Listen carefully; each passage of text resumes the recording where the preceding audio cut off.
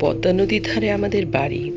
আমাদের বাড়ির সামনে দিয়ে একটা বিল থেকে পানি নেমে আসা সাঁকোর নিচ দিয়ে চিকন হয়ে পানি নেমে আসে। সেখানে পরে এক বিশাল বাঁশবন। এটাকে বন বললাম এই জন্যে যে সেটা অনেক বাঁশঝাড়, একদম ঘন জঙ্গল।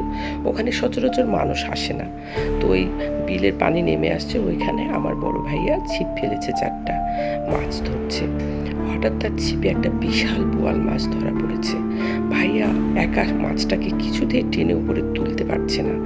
তো এভাবে কিছুক্ষণ ধস্তির পর ভাইয়া কি করবে বুঝতে পারছিল না।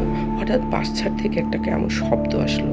ভাইয়া আশায় তাকালো যে কেউ হয়তো তাকে সাহায্য করার জন্য এগিয়ে আসছে।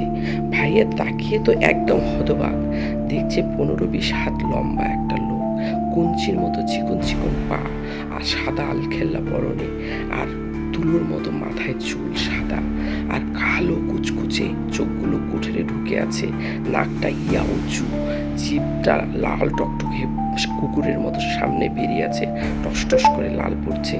এতটা দেখলো ভাইয়া এভাবে যে সে বুঝতে পারছিল না যে সে কি দেখছে। অনেকক্ষণ ধরে মানে ভাবলেশহীনভাবে ভাইয়া তাকিয়ে আছে যে আসলে ওটা কি। কিন্তু সেটা আস্তে আস্তে কিছুটা এগিয়ে এসে ভাইয়াকে না ধরে ভাইয়ার মাছটাকে খপ করে ধরে ফেললো। ধরে আবার ভাইয়া সেইভাবেই তাকিয়ে আছে। তারপর সে মাছটা নিয়ে বাঁশঝাড়ের ভিতর মিলিয়ে গেল। এরও কিছুক্ষণ পর ভাইয়া একদম বরফের মতো হয়ে গেছে। অনেকক্ষণ পর যখন ভাইয়ার হুঁশ ফিরে এলো, ভাইয়া বাড়িতে ছুটে গেল। বাড়িতে যে বিছানায় শুয়ে পড়লো, কাউকে কিছু না বলে।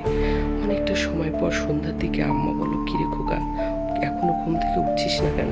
আর তুই না মাছ মারতে গিয়েছিলি ছিপ নিয়ে, কি হয়েছে? ভাইয়া কোনো কথা বলছে না দেখে মা মাথায় হাত দিয়ে দেখলো ভাইয়ার প্রচণ্ড জ্বর। ভাইয়াকে ডাক্তারের কাছে নিয়ে যাওয়া হলো। ডাক্তার দেখলো ভাইয়ার পুরো শরীরে গুটি বসন্ত উঠেছে। ডাক্তার বলল, এই ছেলে কোথাও কোনো ভয় পেয়েছে, নিশ্চয় আমি ওষুধ দিচ্ছি, আপনারা কবিরাজও দেখান। তারপর মা ভালো কবিরাজ, বাবা ডেকে নিয়ে আসলেন। ভালো কবিরাজ দেখানোর কয়েকদিন পর ভাইয়ার হুঁশ আসে এবং ভাইয়াকে জিজ্ঞেস করা হয় যে কী হয়েছিল তার সঙ্গে। তখন ভাইয়া এই ঘটনাটা খুলে বলে।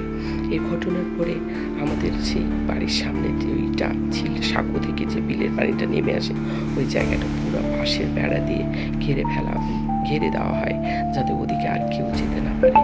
এর ভাইয়ার সুস্থ হতে সেই সময় প্রায় 6 মাস লেগেছিল। অনেক কষ্ট হয়েছিল। এই গল্পটা এখানে শেষ করলাম।